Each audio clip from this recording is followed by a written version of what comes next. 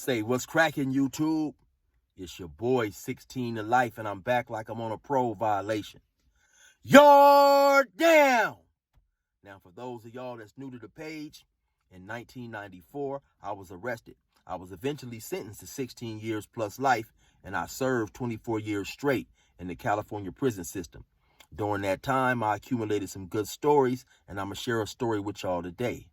In the event you happen to like the story, then definitely be sure to hit the like button, leave a comment. If you haven't subscribed to the channel, subscribe to the channel, and most importantly, hit the notification bell. That way, anytime I drop a story, you will be notified ASAP, and you can hop on it whenever you're ready. Also, be sure to check out my website. That's 16tolife.com. You can get you some Yard Down t-shirts, some Yard Down hoodies, some 16 to Life t-shirts, 16 to Life hoodies. I got some Fox, just tell me what I owe you t-shirts, Fox Surrender That Money t-shirts. You also can purchase my music from there as well. So check your boy out. That's 16tolife.com.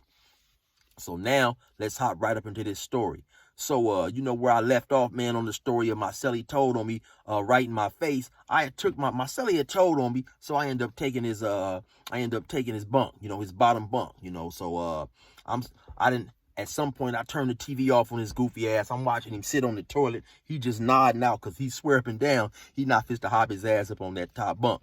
But just like I thought, after about an hour or so sitting on that hard-ass metal, he finally crawled his ass up there, you know. So before I went to sleep, I told myself, you know what? I need to get up out the cell with this dude, man, before I end up whooping his ass or some bullshit, going to the hole on some bullshit. So when we wake up in the morning, we go to chow. Now, when we come back from chow, we get up in the cell, he say, Cellie, I just want to apologize again, Cellie, for telling on you. I shouldn't have done that. You know, you just made me mad, Cellie. I said, man, shut up. I don't even want to hear it. Don't even worry about it, man. I'm going to put in a cell move slip, and I'm getting up out of here, Huggy Bear. You know, I started calling him Huggy Bear. I don't know if y'all familiar with Huggy Bear. He was that old snitching motherfucker, that dime-dropping motherfucker on Starsky and Hutch. You know, actually, my cellie kind of resembled his ass. So, you know, after that, I started referring to him as Huggy Bear. You know, so, when we came out the cell, I went and got me a what's known as a convenient bed move slip, you know, and so that's the you can move, but like I say, it's at their convenience. And so normally the bad part about that is I think they done that like on Saturday. And of course, you know, by us being in prison, it's always something that's happening that's more important than a bed move in their eyes. So, you know, sometimes it'll go on for a week or two. So anyway, so I'm still in the cell with this dude. I never forget, man. 2 or 3 days later, we locked in the cell at nighttime. I got the news on a segment that came on about the ex-football player Jim Brown. Jim Brown had beat up his girlfriend or wife or whatever, and she'd ran down the street, called the police on him, and sent him to jail.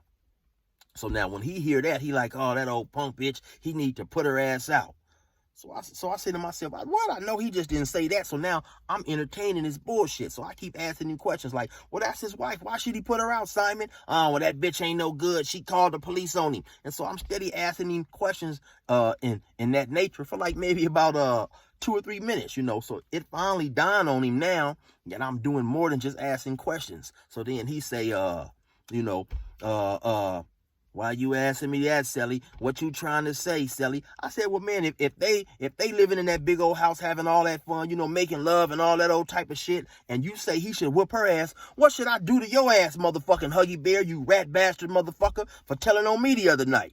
He say, oh, Cellie, come on, Cellie, I apologized already. I said, yeah, whatever, Huggy Bear. You know, so I'm disrespecting the dude, calling him Huggy Bear or whatever, right?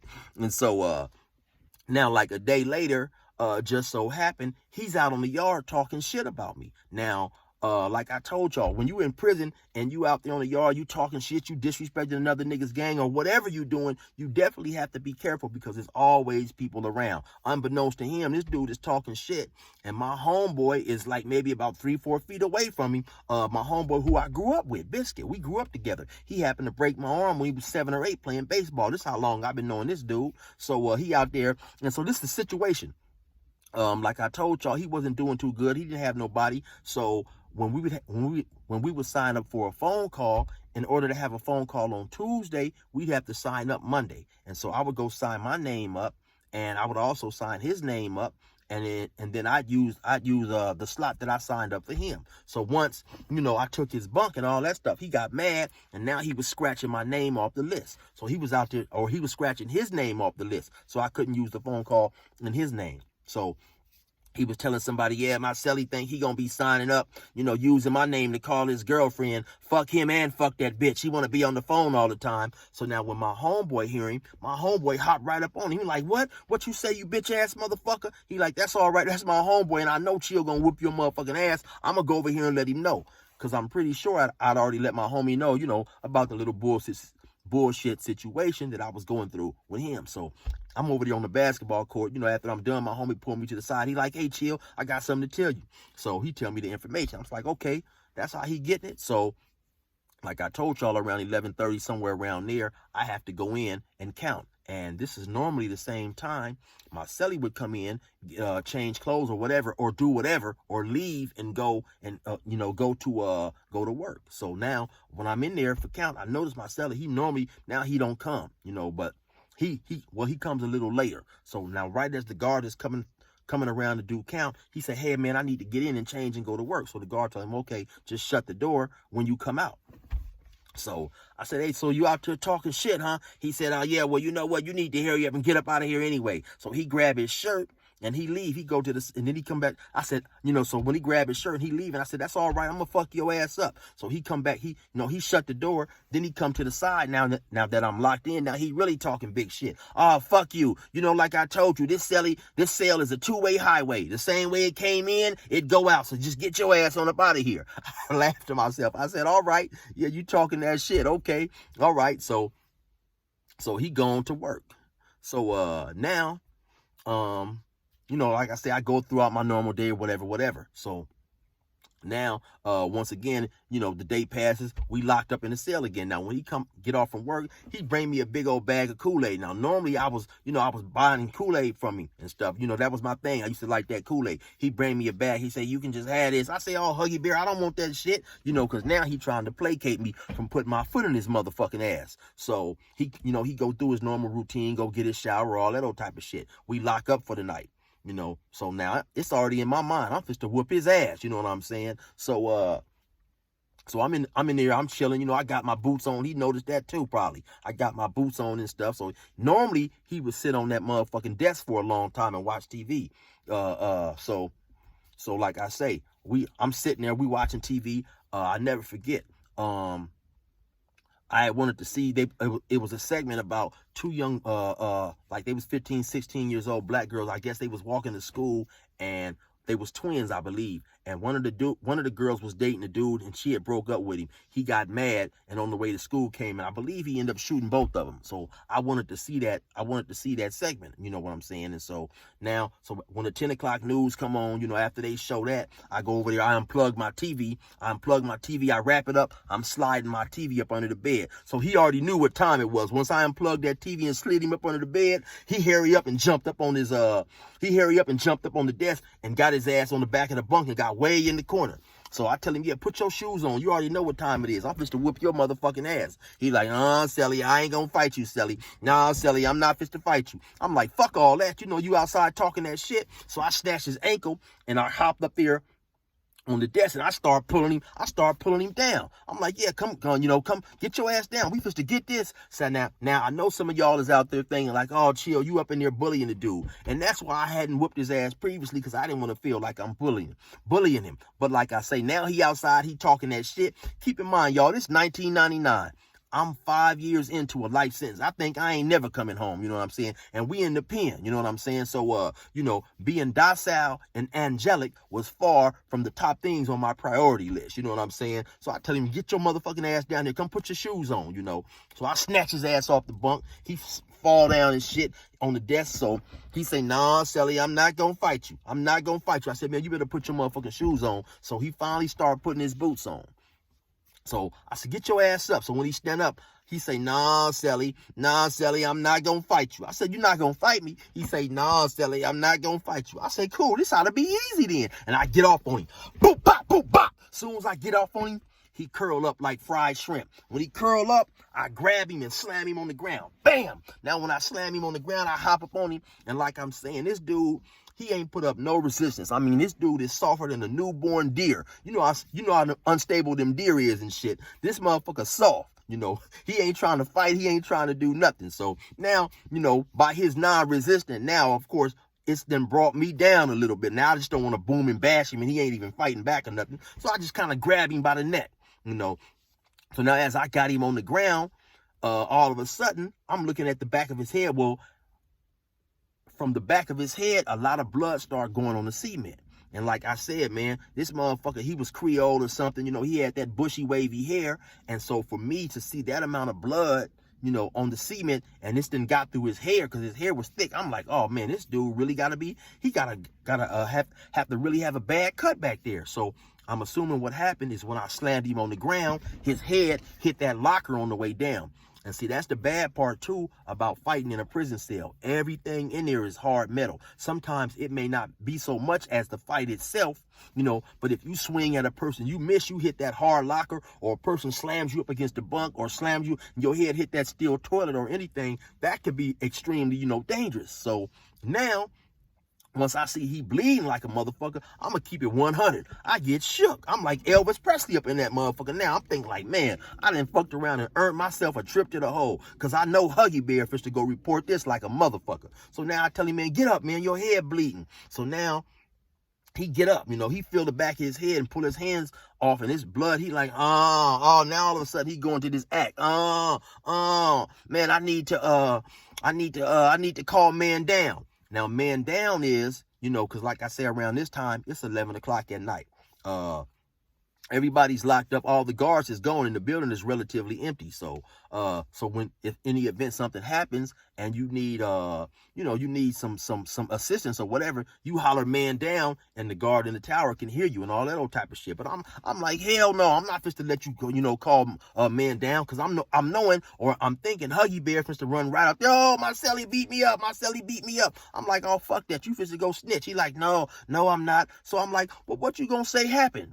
He said, I don't know, Cellie, what you want me to say happened. So I'm sitting there, I'm thinking, man, I don't know. You can't call man down. Fuck that shit. He like, oh, no. He adamant about having to call man down. So I said, okay, look, man, this is what you do.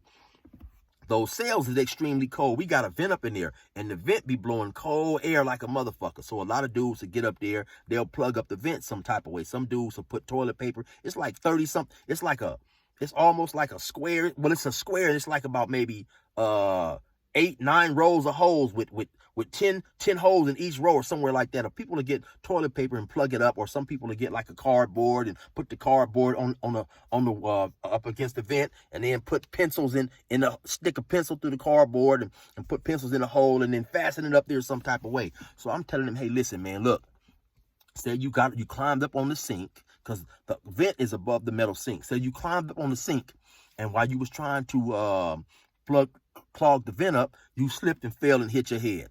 That's what you gonna tell him. I said, so now what you gonna tell him?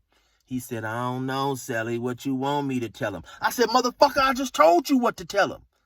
He said, what did you say? So I said, hold me, listen, motherfucker. So now I explained it to him again, give him the whole process again. I said, okay, now what you gonna say? He said, I don't know, Cellie. What you want me to tell him? Now, this motherfucker is playing this amnesia role so motherfucking good, he got me confused. To this motherfucking day, I still don't know if he was faking or not. So I run it to him again. I said, motherfucker, listen. So now I'm spooked. So I tell him, hey, man, motherfucker, look, this is what you tell him. So I give him the script again. So I said, you got it? He said, yeah. He said, but Cellie, I can't get up on that top bunk. He said, I got a chrono. I said, motherfucker, they don't know you was up there. How they gonna know you was up there? They don't know that. They don't know all that.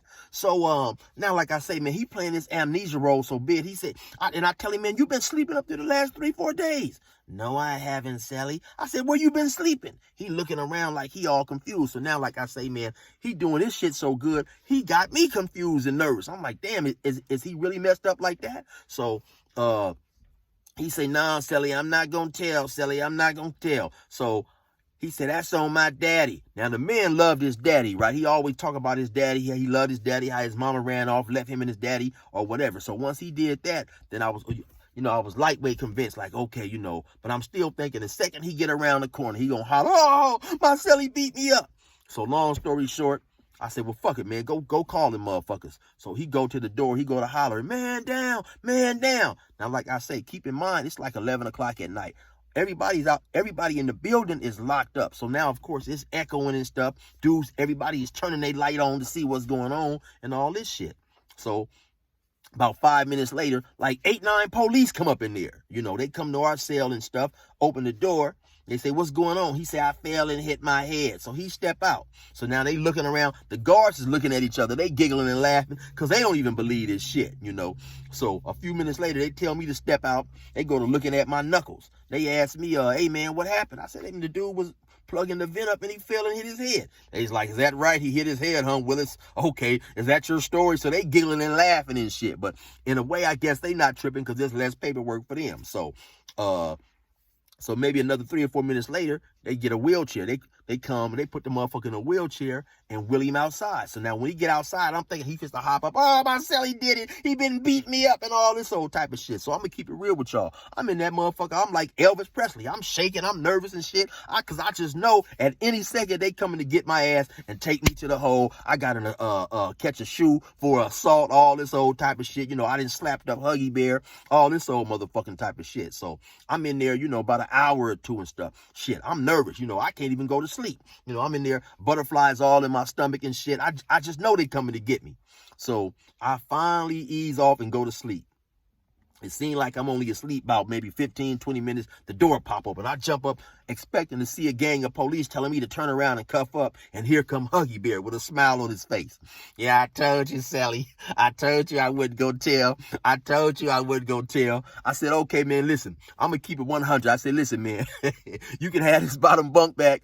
I'm going to leave your motherfucking ass alone, but I'm getting up out of here. You know what I'm saying? So, I end up giving Huggy Bear the bottom bunk back. Maybe about 2 days later, my bed move came through and I was up out of there, man. So, I know a lot of y'all gonna be like, hey, chill, man, you was in there bullying the dude. But like I say, man, I tried to keep my foot out his ass for a while. But the chill back then is not the chill now. Like I say, I was running around. I'm young. I'm gang banging. I'm doing what the gang bangers do. I had that mentality that no telling was, the first rule that a dude was supposed to respect and honor in prison. So, what I'm saying? It happens like that sometimes, man. But keep in mind, we all were in prison for victimizing somebody in some shape or form. You know what I'm saying? And so if you can't handle it, don't dish it out. Like I'm saying, man, we was in prison. We wasn't at Sunday school or nothing like that, man. You know what I'm saying? So sometime it go bad up in there. You already know what it is, though. It's your boy 16 to life.